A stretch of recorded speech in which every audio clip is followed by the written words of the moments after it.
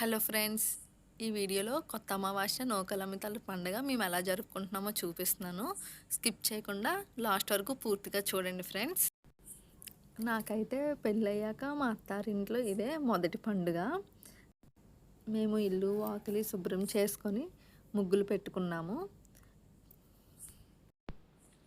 అందరం హడావిడిగా ఒక్కొక్కరు ఒక్కొక్క పనుల్లో ఉన్నాము. నేనైతే వంటకి తయారు చేస్తున్నాను, మా అత్తయ్య గారు నైవేద్యంకి తయారు చేస్తున్నారు.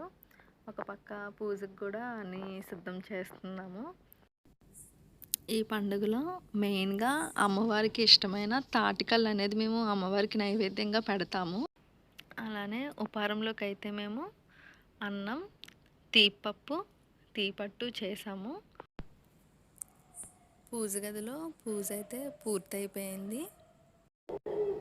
బయటలా ఇంటి ముందు ఒక పెద్ద వేప చెట్టు కొమ్మని పెట్టుకొని అమ్మవారిగా పూజిస్తాము. అమ్మవారి చుట్టూ 3 సార్లు ప్రదక్షిణ చేస్తాము.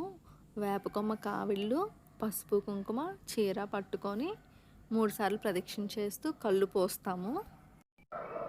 తర్వాత అమ్మవారికి పసుపు కుంకాలు చీర సమర్పించుకుంటాము. అలానే నైవేద్యం కూడా పెడతాము. మేమైతే కొత్త అమావాస్యకి నూకాలమ్మ తల్లి పండుగ ఇలా జరుపుకుంటాము. మీరు ఎలా జరుపుకుంటారో కామెంట్ రూపంలో తెలియజేయండి ఫ్రెండ్స్. తర్వాత అమ్మవారి ఘటాలు ఊరేగింపు జరుగుతుంది, చూసేయండి.